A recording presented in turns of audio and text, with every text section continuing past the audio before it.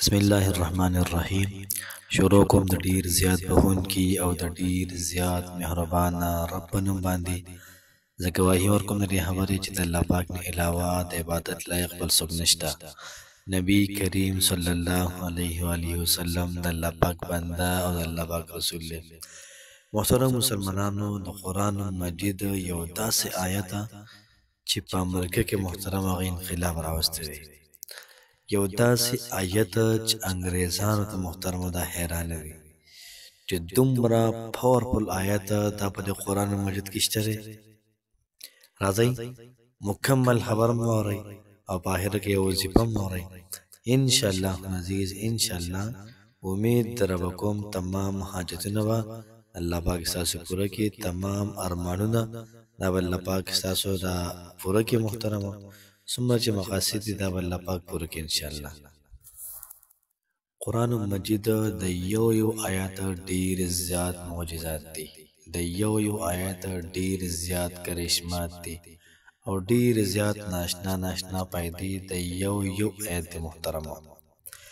یاد ساتئ محترمه، په قرآن کې یو داسې آیت دی کو چرته یو هسپتال کې داسې وشي ماشومان دا ګډوډ شي، هغې نه پته لګي چې کوم ماشوم د کومې ښځې دی. دغه رنګ یو واقعه ده په امریکا کې دا شوې وه. یو هسپتال په هغه کې چې کوم نګران ډاکټر و ذمهوار، هغه ډیوټۍ کې نه او نور ډېر شی و. اکثر چې کله نګران نه یو دا نور چې کوم دغه غیر ذمهدار نه یو قسم لا.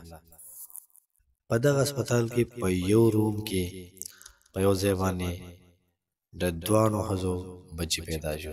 درې یوې جنۍ پیدا شوله، درې بلې هلک پیدا شو. خو چې کوم نګران ډاکټر یا ډاکټره نه وه نو دلته کې د ماشومان دا رډیو بدل شو، ګډوډ شو. دا پته لګېده نه چې یاره دا ماشوم د چا ده، ماشوم د چا دی. نو هلته کوم چې نګران ډاکټر رالی، هغه رالی ګوري پوره درز غوبل دی. یو وی هلک زما دی، بل وی نه جنۍ ستا ده. پوره حساب کتاب وشو. نو چې کوم نګران ډاکټر ته طرف ته خطا شو نو سی ویلې مسلمان ډاکټر ته وایي تاسو وایه که نه چې تبیانا لکل شی، د قرآن کې د هر یو څیز بیان دی. نو دا راته پکې وښیه چې دا ماشوم د چا دی، دا ماشوم د چا دی. کوم چې مسلمان ډاکټر حیران هم شو، پریشان هم شو. خدای پاک اوس څنګه چل یار، قرآن خو مخکې نازل شوی دی، دا قصه اوس شوې ده، نو څنګه به کې دا موږ وګورو چې یاره ماشوم د چا ده، ماشوم دا د چا دی. نو دی پریشان او ډېر زیات حیران و. خدای پاکه څه وکړم. د مصر یو عالم و، جامعة الازهر په دې کې یو مشر عالم و، هغه سره رابطه وکړله، هغه مدرسې والي سره رابطه وکړله. نو هغوی ورته وویل چې زما ذهن کې هم میډیکلي څه شته نو زه دله ګورم، کوشش دله کوم ګورم دله چې د چا دي.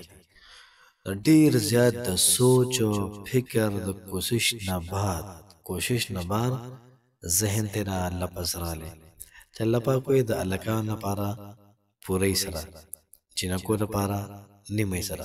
فورا رنګ رامیلاو کړو، وایي ستا د مسلې حل ما تلاش کړو. او څنګه یې تلاش کړو؟ وایي داسې وکړئ تاسو د کله چې مسلمان ډاکټر ته خبره ورسېدله د فورا د انګریز ډاکټر ته ویلې چې بس پته ولګېده ماشوم د چا دی، ماشوم د چا دی. نو هغوی دا څنګه پاسېبل یا ته خو نه کېږي، ځکه چې قرآن مخکې نازل شوی دی، دا قصه اوس شوې ده، مشکله ده. نو هغه ورته وایي چې تاسو د یوې ښځې پی ټسټ کوئ، د یو بل هم ټسټ کوئ. په چا کې د پروټین وغیره یا نور څومره چې خوراک دی یا ډبل پی سیوا کم پی، دا تاسو تلاش کې د چا پیو کې دا حساب کتاب سیوا و، پروټین وغیره آیرن وغیره دا به کې سیوا و. ماشوم د هغې چا کې هغې په نیمه و، ماشوم د هغې ټسټ وکړو او د هغې نه بعد چې پته ولګېده د یوې ښځې پیو کې حساب کتاب سیوا و، ماشوم هغې له ورکړو. په دې بله کې کم و، د هغې په نیمه باندې جنۍ هغې له ورکړه. نو چې کوم انګریزان ډاکټرانو هغوی په جمع باندې لا اله الا الله محمد رسول الله ویلې چې دومره ناشنا مذهب ته مخکې کتاب نازل شوی دی، اوس هم په دوی په دې باندې فیصلې کولی شي. نو قرآن څنګه کتاب دی؟ تبیانا لکل شی، د هر څیز بیان ویشته دی، د هر څیز بیان ویشته دی محترمو. نو مطلب زما دا و چې بیان پکې د هر څه شته، خو موږ لا لږ یقین کول پکار دی، لږ سټډي کول پکار دی. څنګه وایي قرآن مجید هدایت دی دپاره د متقیانو، هدی للمتقین هدایت دی د متقیانو دپاره. نو چې متقي کتاب راوالي وی ګوري پته پته ولګي چې سری پکې، خو چې نه رالي او نه ګوري څنګه ورته پته لګي سری پکې. نو کوشش کوي د الله پاک کوم کلام دی اذان ته رانږدې کړي. او نن چې کومه زموږ وظیفه ده دا سلام قولا من رب الرحیم وظیفه ده، سلام قولا من رب الرحیم. دومره ناشنا دومره عجیبه وظیفه ده محترمو، د سر پارم نوشي د سر پارم وکړه شي انشاءالله عزیز. انشاءالله الله پاک ور تمام حاجات ته پوره کوي، تمام مشکلات به ختمه ولا.